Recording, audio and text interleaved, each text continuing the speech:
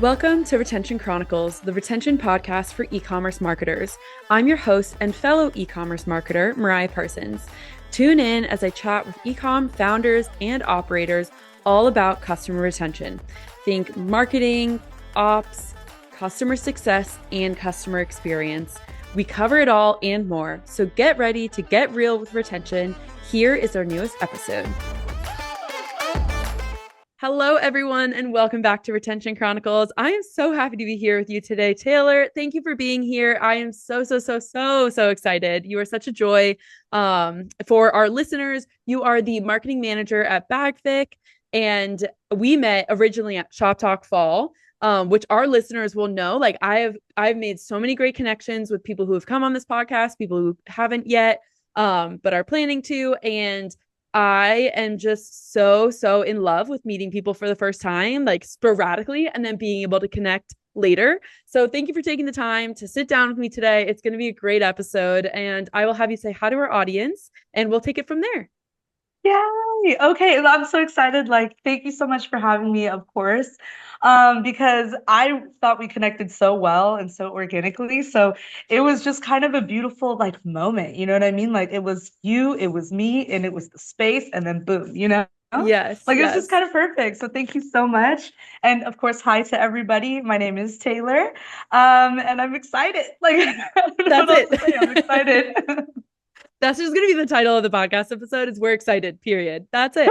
Period. Yes. Okay. So tell our listeners a little bit about yourself, and then we'll get into, your background and Bagphic and all of that fun stuff that'll give us like some fun context to then bounce off of for the rest of the episode. Yes, absolutely. So, again, my name is Taylor. I am the marketing manager at Bagphic. We are a we are a company that we focus on pre-loved, authentic designer handbags.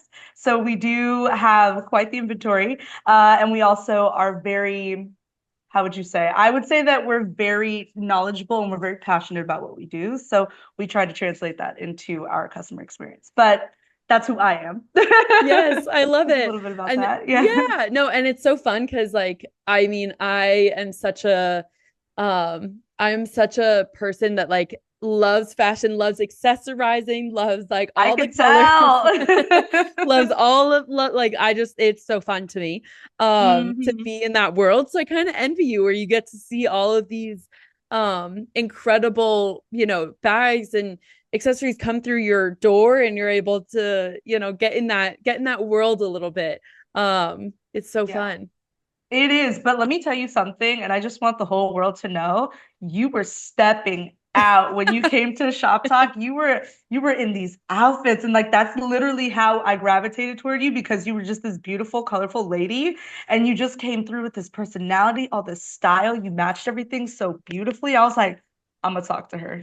I Thank have to you. talk to her That's gonna right be the now. episode clip. Like that's the social media clip. I'm just gonna be like, you know Right what? Taylor there. said it, so it's true. Okay. I know I did it. I came out and I did it. Okay. You did. You really did.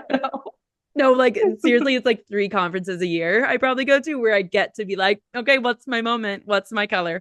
So I very much appreciated it.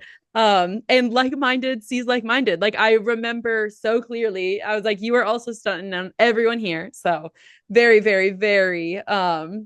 you know, it is a symbiotic, or what's the parallel? Similar. That's the word I'm looking for. I'm like, it's similar to symbiotic. Yeah, you know But what? it's right vocab. It's coming out today. But hmm no, similar minds think alike, and I feel like I can sniff it out in a crowd where I'm like, ooh, that person, like they have a similar, they're like Oh, their outfit is super fun, or like similar type personality. And I think that's why we jam so well. So I I'm know, here for it. exactly. And today you're also stunned. I'm here in a sweatshirt and you're looking great. So Oh, thank you so much. I was like, let me put effort into how I look today. Make sure, because I wanted to, first of all, present myself, but also, I just wanted for you to feel like, okay, this is the right moment. This is everything. So I was just kind of thinking about it. Like I put attention. oh, we're flattered Yeah. here at Retention Chronicles. So thank you. Thank you for putting the time and effort in. So tell us all about Bagfic and how you got to be the marketing manager there. Because it's a great story, and I think our audience will really appreciate hearing it. Oh my God, thank you so much. So I guess like I'll kind of jump into how I even really like found the company. So just a little bit of background, like the company, it's a brand of a much bigger company. And so the bigger company is actually stationed in Japan. And so what they were looking for was someone who can kind of bridge the gap between Japan and the US, right? And in a marketing perspective. And so, because I am American, but I'm also Japanese as well, it just seemed like the kind of fit that they were looking for, I imagine. And so, like, I remember when I was looking for, like, I was looking for this new job, I was like, I really want to transition into something. I've been doing B2B marketing for most of my career, right? And so I was like, okay, I really want to leverage, my culture. I really want to focus in on trying to utilize my global perspective and really bring light to I guess like my professional world with that because I it's such a big part of who I am. I was raised bicultural and even like bi-religious, if you can imagine. So I wanted to find something that would maybe highlight that in my professional life, and then boom, this job was like, we're looking for exactly you. And I was like, I'm stop. here. Like, okay, well, I will show up first day. Just let me know. And so I was like, okay, let me go ahead and give this a try. It was something super, intimidating for me because this is a huge, huge company. Okay, it's Yeah. huge. And so when they decided they were like, we want to do luxury handbags, I'm like, say less. And so like we You're like, just kind all of of my meshed interests and are aligning. I know literally it just came all together and I was like, I can't say like no, it has to happen right now, right here, right now. So And it is. so that's how I ended up at Bagphic. And so far I'm loving it a lot. I'm also really learning a lot about, I guess, the managerial duties too, because even though I've managed other teams and stuff like that before, this is on a whole other level. And I feel like I really get to use my skill set in the way that I've been looking to for a long time. So I feel really excited about Oh, good. this.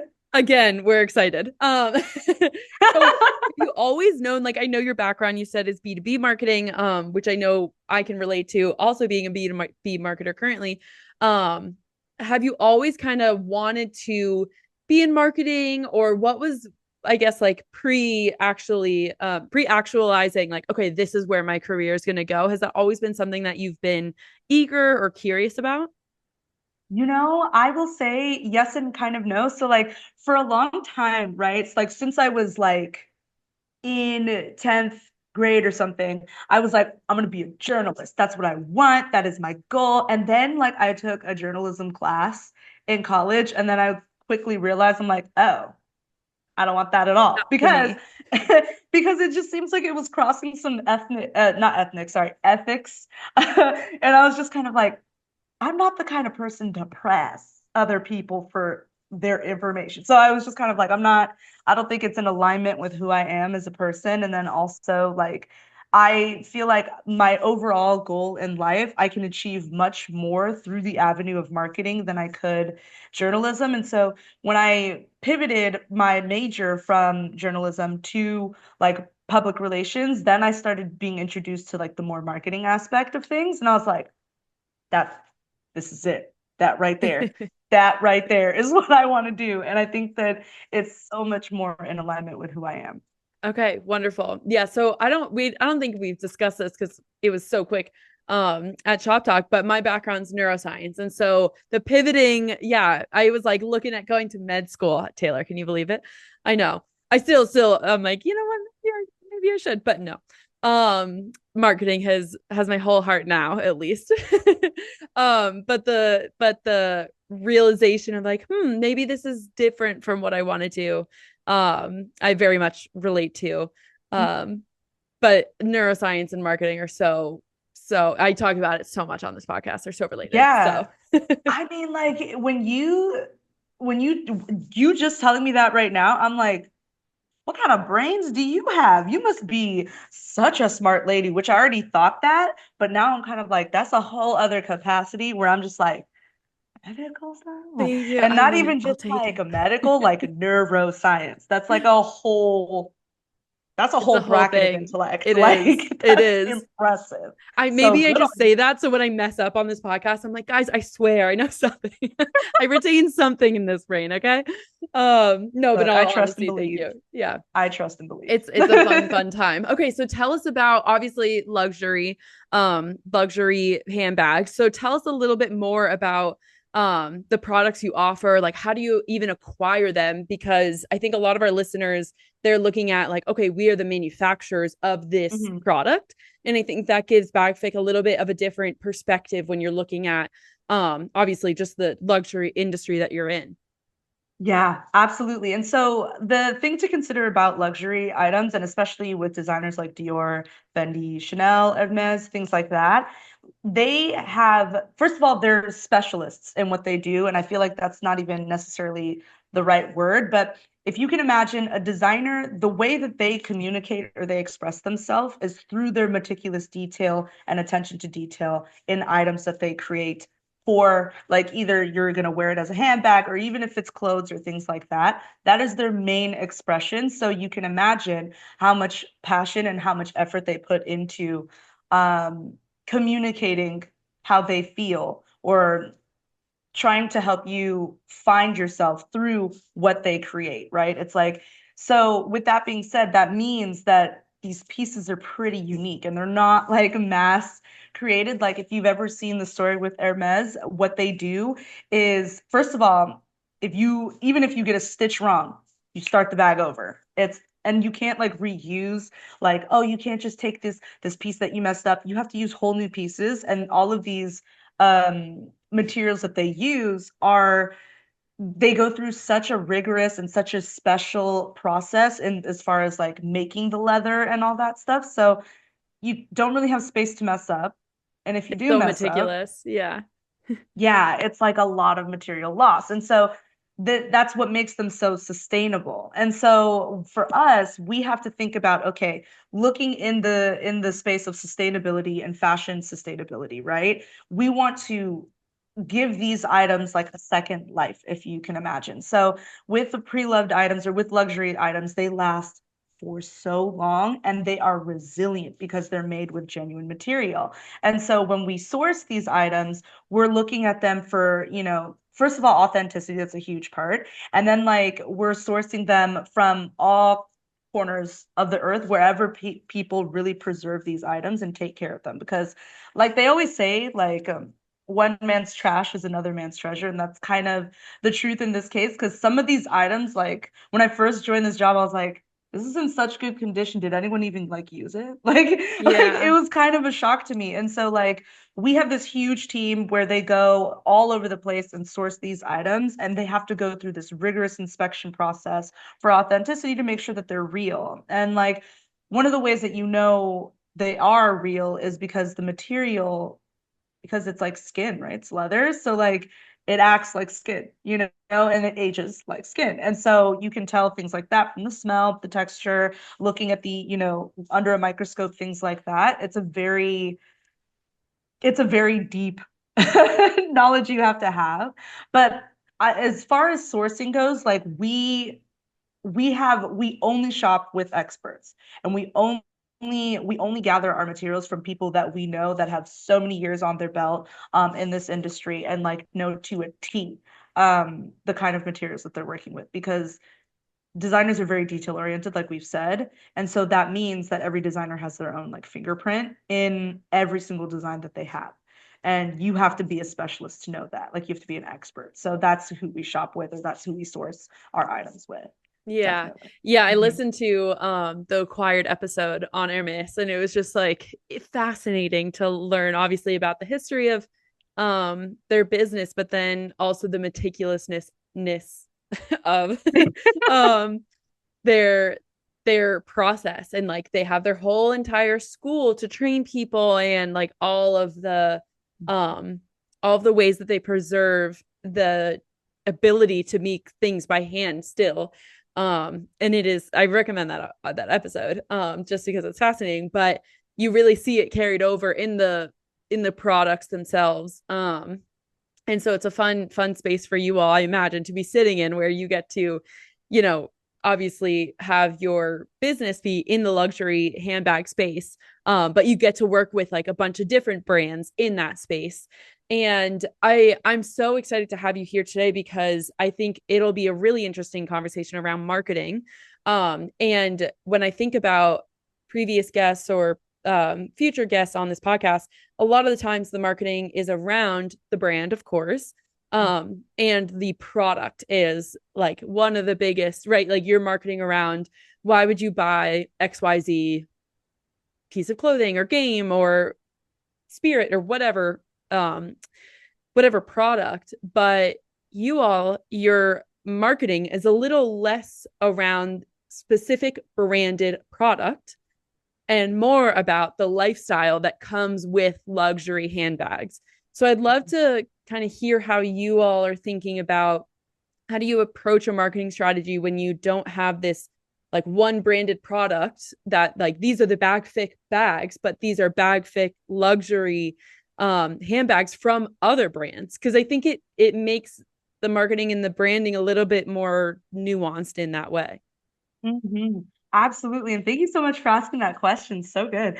So for us, right? So we already kind of are working with the notoriety of these luxurious brands. And so it's not like an issue of while we do have to also focus on brand awareness just for Bagfic as a whole, but as far as finding or as far as having people already interested in handbags and especially designer ones that's already kind of there. So like really it's just leveraging or kind of leaning into okay, the selling points of working with Bagfic, right? And so that's really where the marketing perspective comes from and just kind of focusing on the experience that you're going to get with us versus other places and then also the selection, right? Because a lot of these items like I was saying before, they're not like mass made, and so each thing is kind of one of a kind. And so like when they do get a second life or when they do kind of when you do offer people a chance to have this bag, like say for example it's a bag from like 1980 and it was really popular then,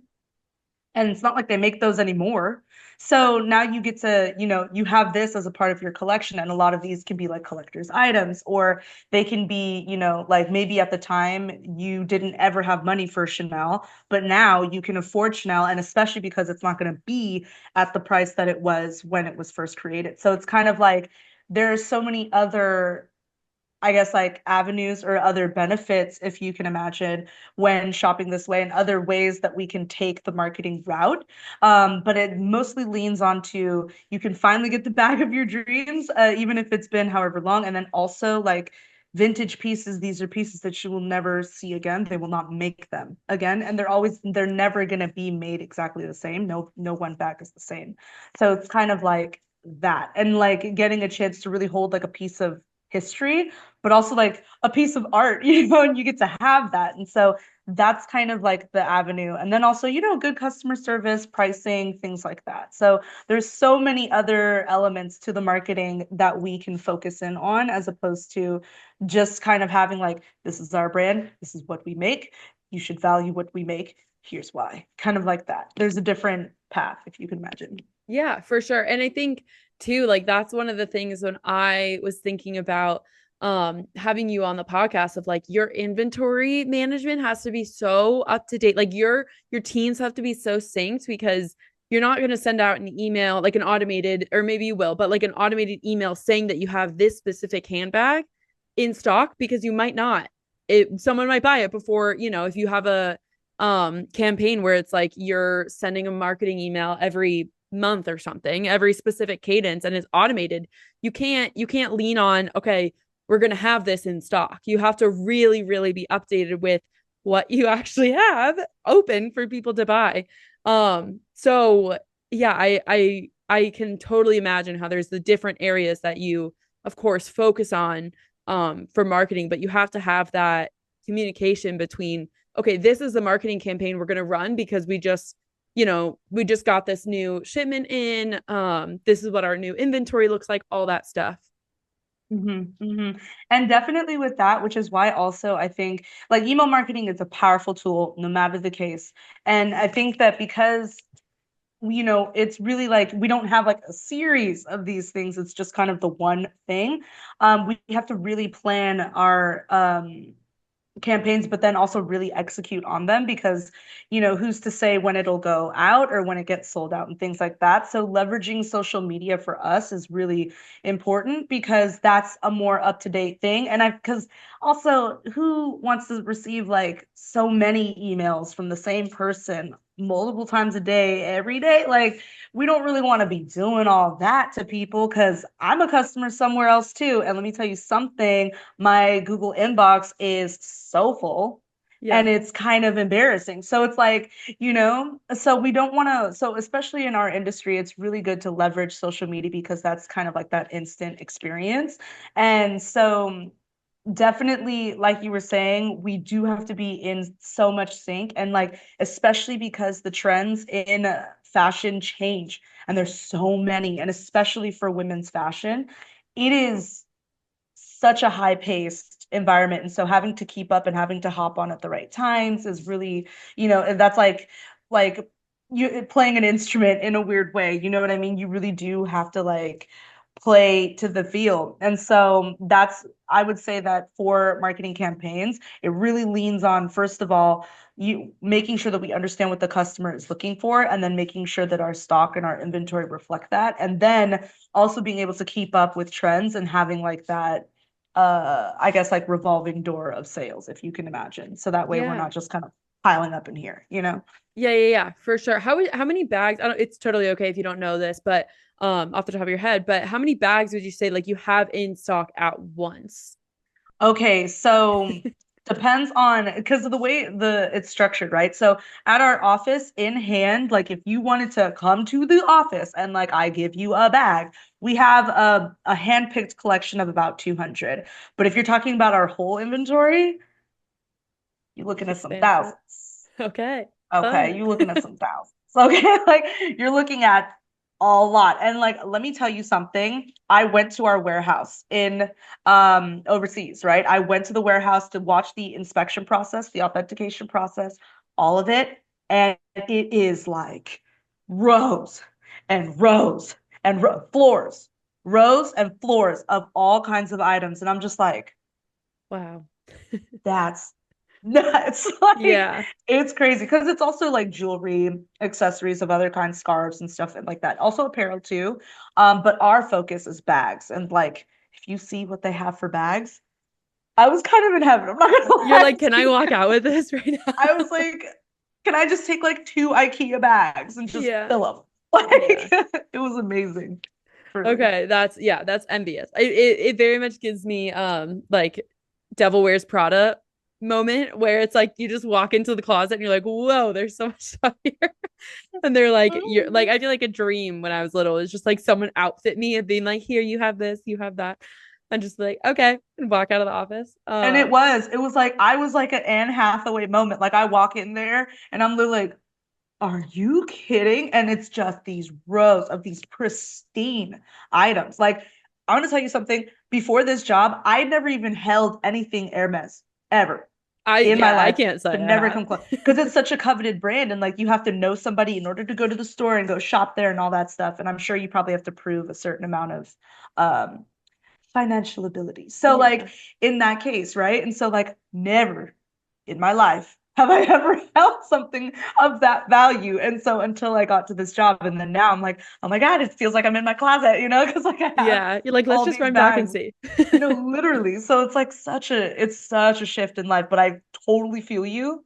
I geeked out too. It was great. Yeah. I still do, you Well, thank you know? for taking me on that tangent. Because I was like, I have to ask. But it leads us perfectly into like talking about customer acquisition, and you mentioned social media works really well for you guys. So I'd love to kind of dig in there because I've seen through this podcast and just other talking to other brand founders in the space of like social media, they know it's important, they know, like they have to do it, and some can do it really well, some are still trying to figure out their strategy. So I'd love to hear like how you're kind of parsing out what you guys are putting on social, like what's the goal, what is how are you drafting campaigns, all of that fun nitty gritty stuff. Absolutely. So, we mentioned a little bit before that it's really like a lifestyle that we're trying to promote, right? And so, like, the idea is that this luxury lifestyle has been such a coveted thing, and it's been very difficult for people who, don't really have money like that. And so this is kind of we've kind of taken the route of like you can achieve that lifestyle, or you can have luxury and live that way or feel that way or boost your confidence that way because we're going to make it accessible to you through whatever we have. And like since it's pre-owned, even though it's excellent condition and some of these like look like they haven't even been used, this is kind of like you get to have that experience and we want to replicate that experience. So if you like buy something from us, like we want to even replicate like the wrapping experience of the bag, that you feel like you're getting something for the first time and things like that. And so with social media, it's really like that lifestyle, it's really that experience, and it's really like leveraging kind of the I want to say confidence boost in a weird way, because like what we really want is for our followers or our customers to find themselves and find the most authentic way to express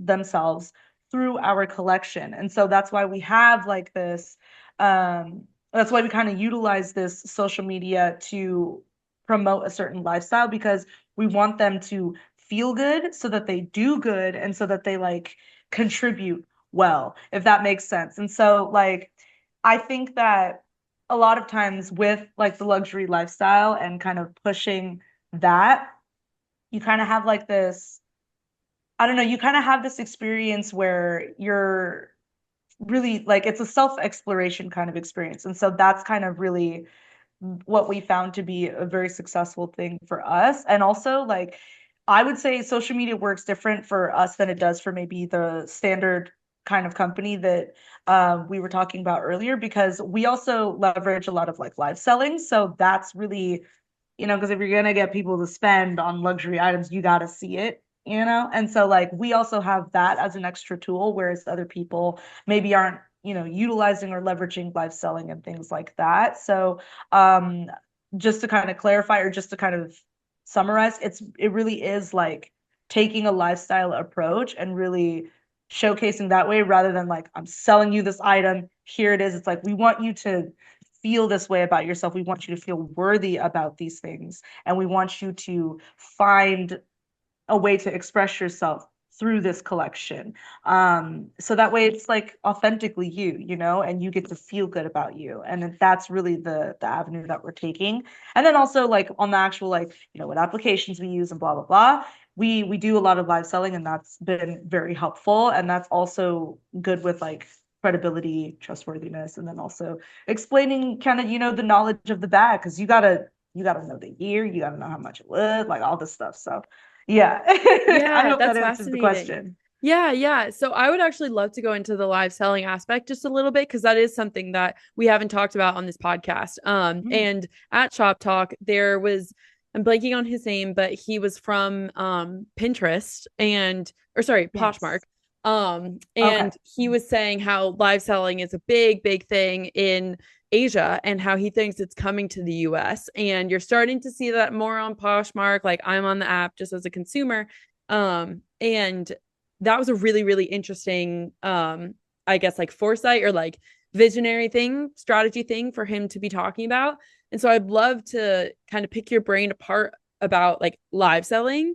Because I really, really could see, especially with like influencers, too, like influencers you are kind of live selling, but it's not like an auction in that way, right? It's like Yeah. so I could totally see the direction of live selling becoming a bigger industry in the US. And I think it would be a fun exercise for us to kind of walk through um when you're here with us today. Yeah, absolutely. Live selling is kind of a beast of its own. Like you can imagine when TikTok first came out, that was a beast of its own. And then we all had to like adjust marketing wise to figure out how to leverage this platform. Live selling is kind of like that too. And so what I will say is that in Asia, especially for luxury items, there is an appreciation for well-preserved things, and there's also an appreciation for things with lineage and history.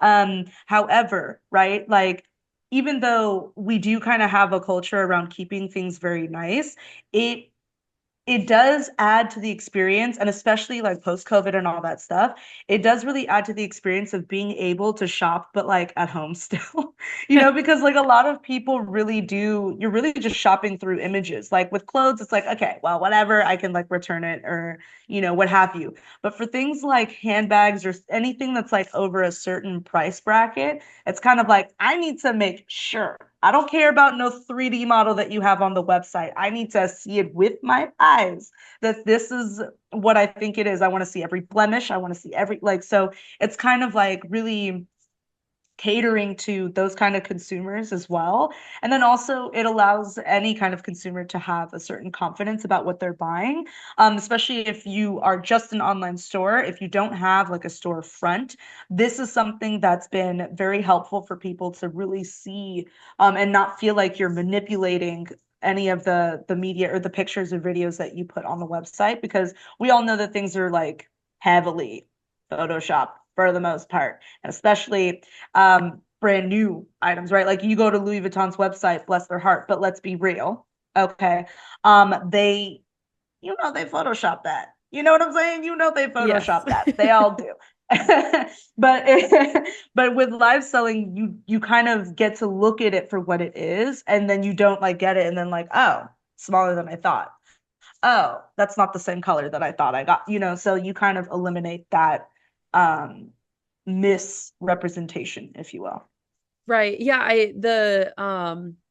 like disillusionment, I don't know if that's the right word, but like Mhm. something that you're able to see with your hands and touch and like some, even if it's someone else touching and feeling it and like working the material or like opening it up and you can see the comparison. It's such a good point of you get the feeling of shopping, but you're not actually the one to be in person and doing it. And Mhm. especially in the luxury goods space, I can imagine it being so quintessential. Talk me through like if someone wanted to implement live selling for one of Mhm. their marketing strategies, like Mhm. where would they begin? Do they just literally start like on Instagram or TikTok um or like what or Poshmark, like where the hell, what platforms can you even start to like draw that into your strategy? Okay. So there are different platforms that really focus different categories. But if you're doing like, if you want to do like luxury items or like clothing or things like that, okay, there are two that I would recommend for sure. Okay. So one of them is going to be Whatnot, which is what we use right now. And then Poshmark for like clothes and things like that. But if you kind of not sure like what avenue you want to go through, or if you kind of cover a lot of different categories, I would say that Whatnot is a really good platform for that, because they have so many different categories. And the way that they organize their application or their platform allows you to kind of understand and kind of even gauge. Like they have a lot of seller tools, they have a lot of marketing tools, and then also they allow you to see how many current viewers you have per category. And so that's really helpful when kind of understanding the interest. And then you can also see during what times, what kind of foot traffic you're experiencing. So that's also really helpful. And then also it has like this really, I don't know if you've ever used like live streaming anything before, but typically they'll have this function where it really leans on your connection with the community. So you'll have people who will raid your live, which means that there's someone who is bringing viewers into your live. That's what a raid is. And so it really emphasizes and kind of pushes you to build community and really connect with others and support each other. And so that's something that I think is really beautiful about that platform that I think the other ones don't do as successfully. But I would say, like, if you want to get into TikTok, just know you're going to have a certain follower account, and you're going to have to, include some pretty in-depth information. So, upon getting started, and you'll also have to build reputation too. So for example, if you're a newer company, you will need to maybe wait until your company kind of develops or grows its like online reputation, not just with customers, but just like its life on being active on the internet, and then also, domain and all that stuff. That history is what it's looking for too. And then with Instagram, it's pretty simple, very straightforward. You can go live at any time. So that's a really user-friendly thing, as well as you also have your store on there. But TikTok is going to be a bit more complicated. But Facebook and Instagram are good ones to get started if you want to reach your own community first. I've seen other people do that. One of the ladies that I've met at Shop Talk, her company is Natural Radiant Life, and she focused her community first through Facebook and Instagram and all that stuff. So you can go live there. But if you want to reach new people or kind of gain a more community-based following, Whatnot is a really good platform for that. And we're still kind of exploring Poshmark as the lives go, because that is like, I don't know actually how new that function is, but it's It's, I new to think, me. like within So, the last year. Yeah. okay, yeah. So I think then, so, pretty brand new, because I just started seeing it maybe a couple months before, hearing at Shop Talk them talking about it. And I was like, yeah, I have been seeing that. Like, yeah. so I that probably maybe isn't factually correct, but like definitely recent. Yeah, yeah, or at least it was released not that long ago, right? So Yeah. that's something that we still have to explore, and they have a lot of users on the website, but just kind of getting them used to that new function, that's going to take some time too, but we definitely want to explore that avenue as well. And then what I will advise is that if you want to stream to multiple platforms, get a software, Mm. okay? Get a software for that. A lot of people use OBS. I use it too, but I would definitely say that get a software, do the multicasting. That's a great thing. But if you're going to do that, just make sure you have a store active everywhere you're doing that and whatever way they do the platform, because there's a lot of technical issues that come with it. So just prep yourself, you know? Okay. Yes, that's a great heads up. Thank you. No, that's a great walkthrough. I think that'll be really helpful for people who are trying to look into like, how do I kind of stay ahead of the mark? And it's like, how do I maybe roll in some newer strategies that not everyone has right now, that might be able to like help in standing out and like connecting and building that community and all that stuff, because there's a lot of founders who are, it's founder facing the brand themselves. Mhm. And that I could totally see that being a new avenue of a founder saying like, hey, like, I'm going to sell today and blah blah blah, like join us and see me try it on, or see me wear it, or see how I like to style something. So I really appreciate you kind of sharing your expertise and where you've learned. And because I don't know, TikTok versus Instagram versus Poshmark. It's Mhm. really, really fascinating. I'm going to Thank move us you. along to customer retention now. Mhm. Because I want to think of, or I want to walk through how you think about retention, especially with higher priced luxury goods. um what do you all think about when you're thinking about, okay, why would someone come back to shop with us again? Mm. So the main things, it's very straightforward, experience and impression, right? So like a customer comes back because first of all, you give them a good price. They have a good experience. You got good quality things. And then also the relationship that they develop with you. So, and especially when you're in the market of having people spend a good enough chunk of money at once, relationship is really important, and having that like line of trust, which is why it's so important to me to really take care of everyone who, comes to us, even if it's just they show interest or if they're ready to buy, whatever the case is. It's that mutual support that I think is really important when trying to achieve or have a good customer retention. And also too, like I'm a really big believer in never biting the hand that fed you, in the way that if this is a customer that, is trusting you or choosing you over competition, and they will choose you over and over again, or whatever, it doesn't really matter what the reason is, like that level of loyalty to me goes a long way, and I will do whatever I can. I'll give you the same energy every time, whatever I can do to offer a solution to whatever issue you bring to me, or concern or feedback, whatever, I will act on it, because that's something that is really important to me just as a regular person. But especially having that carry into professional spaces where, businesses can be really cold and they can just be so uninviting and like so lacking, let's just put Yeah. it that way. So for me, that's something as far as customer retention goes that has been very important. And especially in the luxury space, it's about experience, girl. People want Mm-hmm. to feel expensive. They want to feel loved. They want to feel taken care of. I think that's true in any customer experience, but especially luxury, it is so important. So you have to really be ready to do that. And that kind of has to be who you are, Mm-hmm. um, if you're going to be offering that kind of experience, I would say. Yeah, I love that you intertwine retention with the customer experience because I know it's something that we see on the Malomo side of like that is why the software was created, is because brands want to give a better customer experience to their loyal customers. And I think it's a really cool way to articulate for you of loyalty goes both ways. Like it isn't just you're trying to get the customer to be loyal to you as a brand and as a business, but you're also as a brand and a business trying to be loyal to them of like, we understand what it means to shop with us. Thank you. Let us go this extra mile to show you we want to be intentionally thinking about you in any way that we can.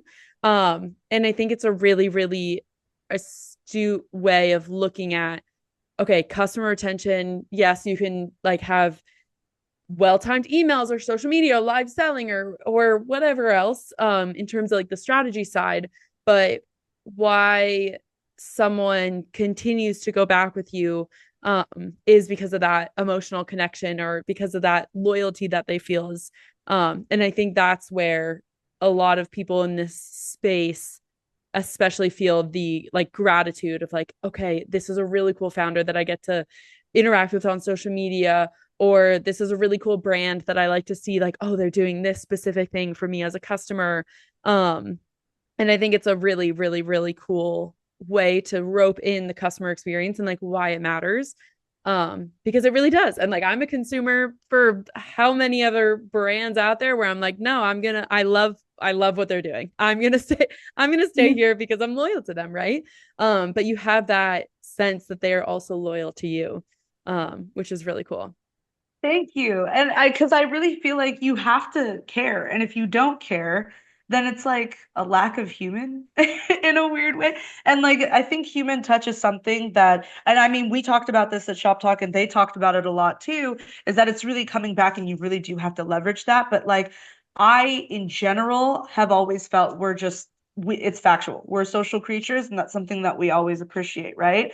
And in general, I just think that you should care. Obviously, there are certain things that you can't focus too much in on at a time if you don't have the resources, but you need to care. And like, especially when it comes to customers, even if it sounds kind of ridiculous, okay, just like take it in. It's feedback, right? And like maybe it seems like, oh, that's really high maintenance or whatever, fine. If this is about experience and it's gonna help create a seamless experience and especially one that people can't really compete with, girl, do it. You know Yeah. what I mean? Like, and you should love the people that love you back. Like, that's just kind of love is a demonstration. It's something that you do as well. You can't just be taking all the time, you know? It's It like just makes sense.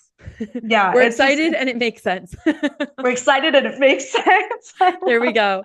I love it. Okay, we have a couple of quick hitting questions for you because I want to hear when you're like trying to solve a new problem and you're like, where the hell can I even go to learn this? yeah. Where do you kind of where does your energy take you? Like podcasts, people, what helps you when you're trying to figure out how to solve a new problem? Oh my God, so much research. But what I will say is that a lot of times you have to look at the solution, like or sorry, you have to look at the problem from that perspective, from the customer perspective. And so a lot of times, like, I'm very unconventional in a lot of ways. And so trying to put myself in their shoes can be very difficult. But I think you really do have to tap into like, okay, is it really going to save time? Is this the attitude that they're going at this thing with? And so really understanding like the crux of it and why it's the issue or why they believe it's an issue. And then really leaning into like, okay, what's going to make this a more seamless experience? What's going to take away XYZ steps and things like that. And typically what I look for, like I usually go to like, okay, is there any resource on the internet where I can understand this experience? Or do I have anybody in my circle that feels the same way about XYZ issue? And then I really tap into, okay, so I'm going to utilize this experience, or I'm going to utilize this example, or I'm going to ask these people who uh, have anything to share. Like, I'm going to use these surveys, I'm going to gather feedback, I'm going to do whatever it is. And I like in my previous job, it was B2B, right? So you had to have relationships with the customers. So I literally would call them up and I would be like, Don, whatever, right? Let me ask you something. Would this make it a better experience? Tell me what you think.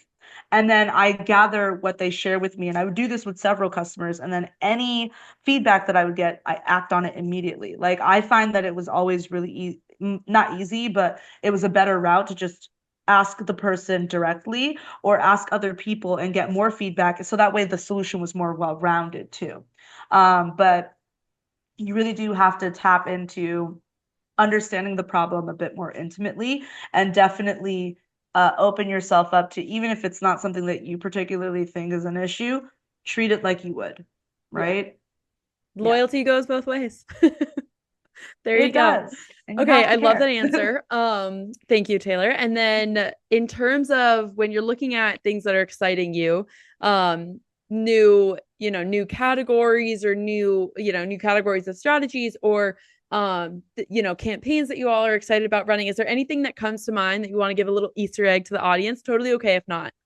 Oh my God. Well, so we do have some things kind of coming down the pipeline, but we have some exciting collaborations that might be coming soon. And then also, I will say that there is a Whatnot seller event that we're going to be going to. So stay tuned because there might be some new collaborations from there as well.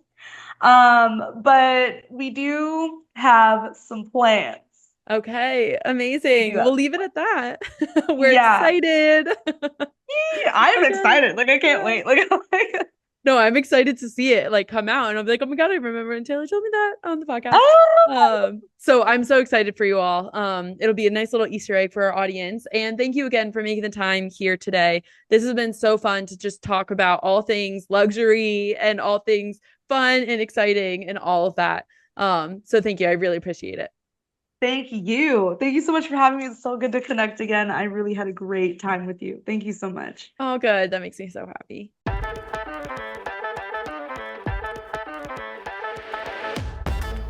Hello, everyone. It's Mariah again. I am just popping in to say thank you for listening to today's episode. And I am so, so, so grateful that I have been able to be on this journey for the past couple of years with this podcast. It's been phenomenal to grow and see our community of thousands of listeners, see what you guys are up to, what you're learning, what you want to hear about next. So if you haven't already, please like and subscribe to the show so we can continue doing this.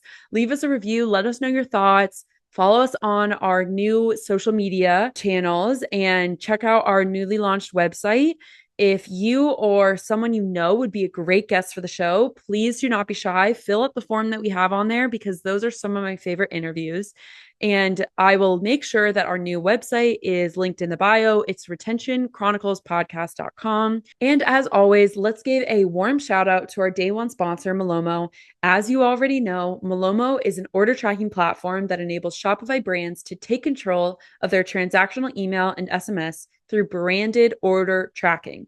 What does that mean? That means you ditch those boring carrier tracking pages, the all white pages that have nothing on them but a tracking number and an update on the date of your estimated arrival, and swap those with pages that actually match your brand and can help you convert on some of your goals. Customers like you and I obsessively check that tracking page when we're looking for our order at our doorstep, an average of 4.6 times, if you can believe it. Yes, customers are going to that page 4.6 times. So don't waste out on all that customer engagement and instead send them to a page that converts in the way that you want it to. I am talking dealing with shipping issues, having cross sells and upsells, having your social media on there, your loyalty programs, anything that you can imagine. So if you want to learn more about how to do that, go to gomalomo.com. That's GOMALOMO.com. And if you didn't get that, don't worry. That website link for our sponsor, as well as our podcast website, are linked in our episode description. So with that, I will sign off and see you all next time.